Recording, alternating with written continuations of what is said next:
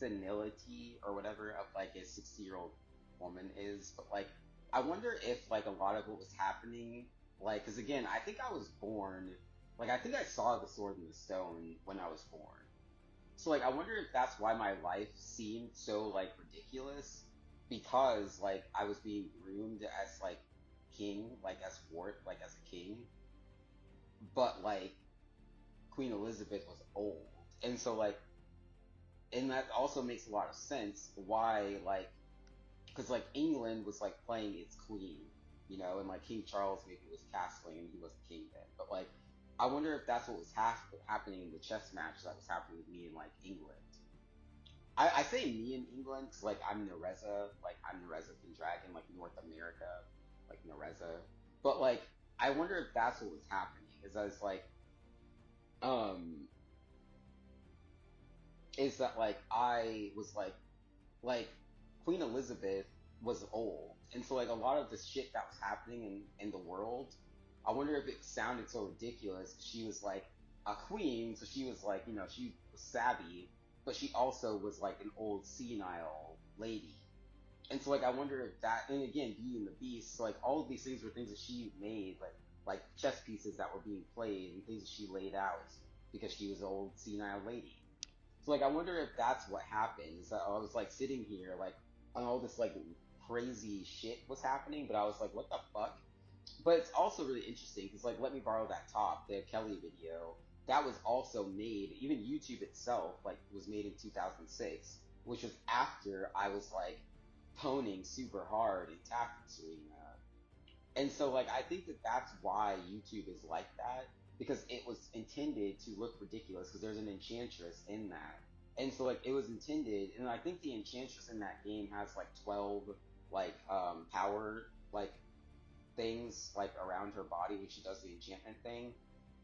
So like I wonder if that's why YouTube looks so fucking ridiculous. It's because A, it was an enchantment and it was designed to look fucking ridiculous so that like just like Lauren Conrad, people would be like, oh, he's actually really smart and not a woman. But also I think a lot of it was manifesting like that because like Elizabeth was like a senile old lady. And so like I think that that's why like this dichotomy exists is because it's like A, some of it was like me being doing my like enchanter thing, but then it was also like Queen Elizabeth being like old and senile. That's so fucking funny. Okay, so I think that I just like figured out that there must be like two kind of groups of people that are like holding us up, which is like people who want to um people who want to like control or change or like manipulate like creatives, and creatives who are not brave enough to like fly on their own, so to speak. Like I think that that's kind of what's happening. So it's like there's probably like like creative there's probably like a large quantity of creatives who like are not brave enough and like don't believe in like their artwork enough to like genuinely like pursue like flying on their own and not having somebody like kind of like micromanaging them. And then there are the people who are taking advantage of that, who are like, oh, like that person is not believing himself, or like that person is not brave enough to do this like on their own. And so like that's where like the vulture situation comes in, and kind of how like Snow White is sort of like Snow White and the Seven Dwarfs, the original film, is sort of like permeating all of the Disney films up into the Wish film. And then also, since like that is one of the like most like influential like businesses is Disney, like Hollywood is kind of like, again, Disney has been leading by example because they are this like very like powerful force in like the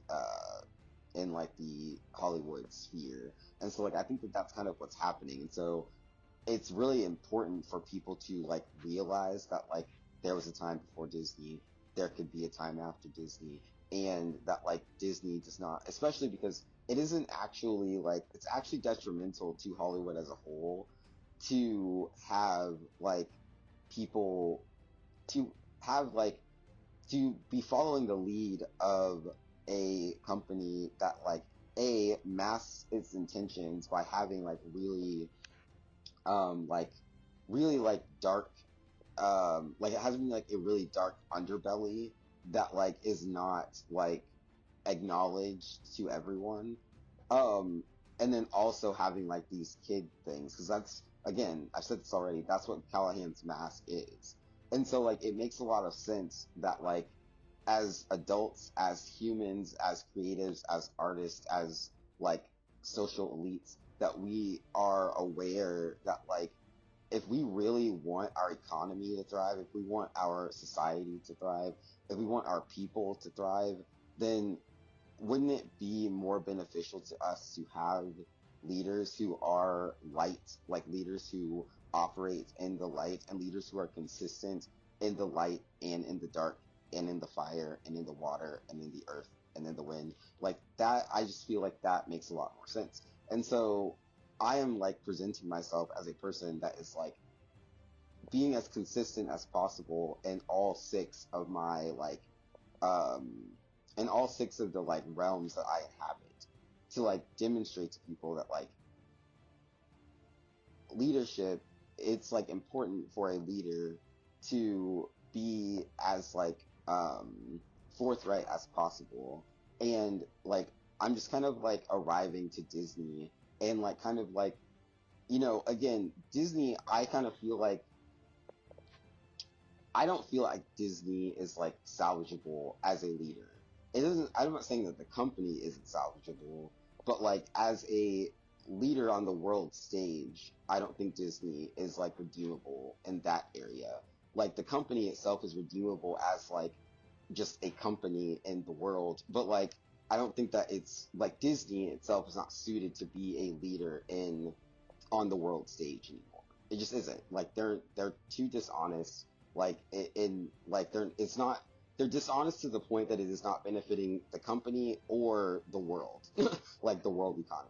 So I think that that's kind of what it is. Now, is that to say that whatever Disney Junior's potential is not suited to be a leader? Not necessarily, but Disney Junior under the umbrella of Disney is not suited to be a leader. So like that's kind of what it is, and that's also kind of why monarchies fail, is because like there might be a prince who is well suited to be a great king, but maybe being bogged down by its family's lineage. And that's why I don't vote Republican, because somebody could be well suited to be like a really great leader, or well suited to like be the CEO of a company, or well suited to just like be a successful person, but their trash family is bogging them down. It's the same thing.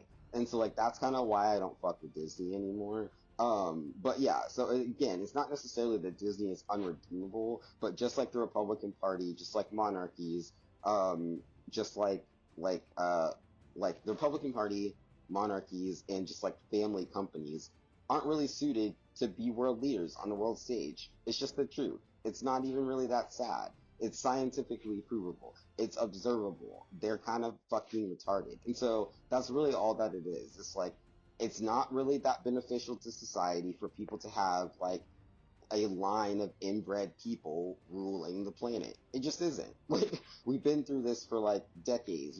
Not decades. We've been through this for like billions, like millions of years on the planet. Like however long monarchies have existed, thousands of years, whatever it is. We've had a lot of like dumb inbred families like trying to like grasp power because they're like greedy ants.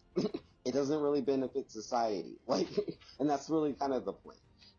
And so like I think that that's what it is. Like North America like is in a precarious position in the sense that like we have to like embrace this concept of like possible like royalty or nobility or um like sovereignty, like social elitism, like meritocracy, whatever it is, whatever our ocracy is that we're trying to establish in America, we are grappling with the fact that that is something that is emerging, that is something that is growing in North America, that even the founders of the United States were afraid of, but it's happening.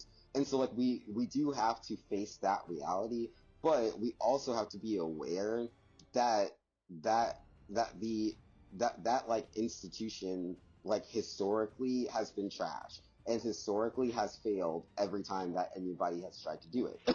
And so I think that that's kind of what it is that it's like I am presenting the meritocracy as an alternative to like the monarchy in the sense of like we've elected presidents and then like those presidents have like led the country for X amount of time and that kind of works. And so if we want to try to elect kings, that would probably work. But that's the whole point is that like Disney was like a leader on the world stage, but like they were like really, really creepily like trafficking children, it kind of seemed like, and just really like hyper focusing on like child sexuality and like this really weird shit. And it's like, how the hell is that benefiting society? And so like, I think that that's really what it is. So it's like, we have to like actually elect leaders to the world stage who are actually suited to lead. And then we won't be driven into icebergs. Like, that's kind of what was happening. So it's like, if you just like actually elect leaders to the world stage who actually know how to steer the ship, then the ship's not going to hit an iceberg. That's the whole point. It's not that fucking hard. Don't have dumb inbred children. What the fuck? Keep your legs closed, bitch.